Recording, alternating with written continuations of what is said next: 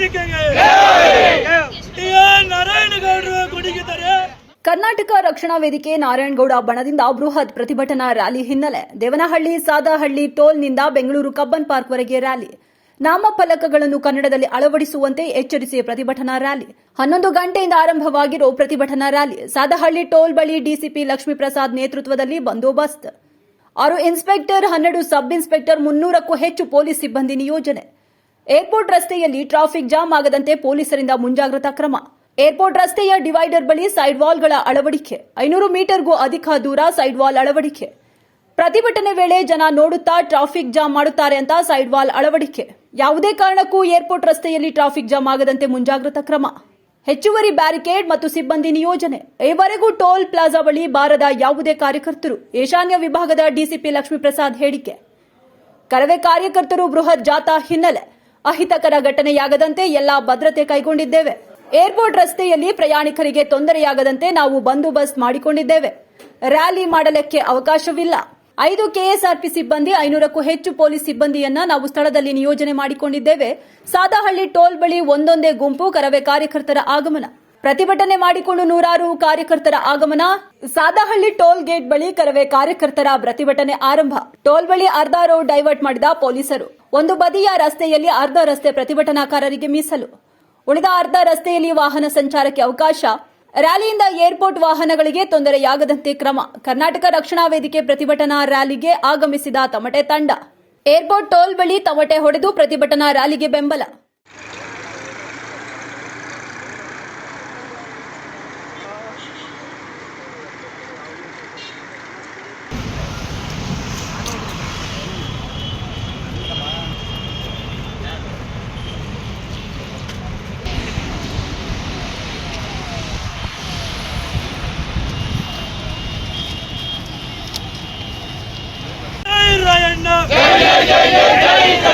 ಕರ್ನಾಟಕ ರಕ್ಷಣಾ ವೇದಿಕೆಗೆ ನಾರಾಯಣಗೌಡರು ಗುಡಿಗಿದ್ದಾರೆ. ಬಂದಾಯ್ತು ಬಂದಾಯ್ತು ಬಂದಾಯ್ತು ಬಂದಾಯ್ತು.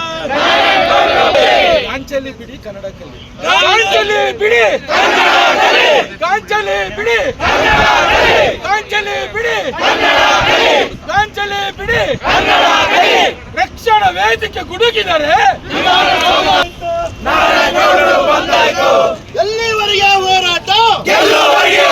ಹೋರಾಟಕ್ಕೆ ವೇದಿಕೆ ಹೋರಾಟಕ್ಕೆ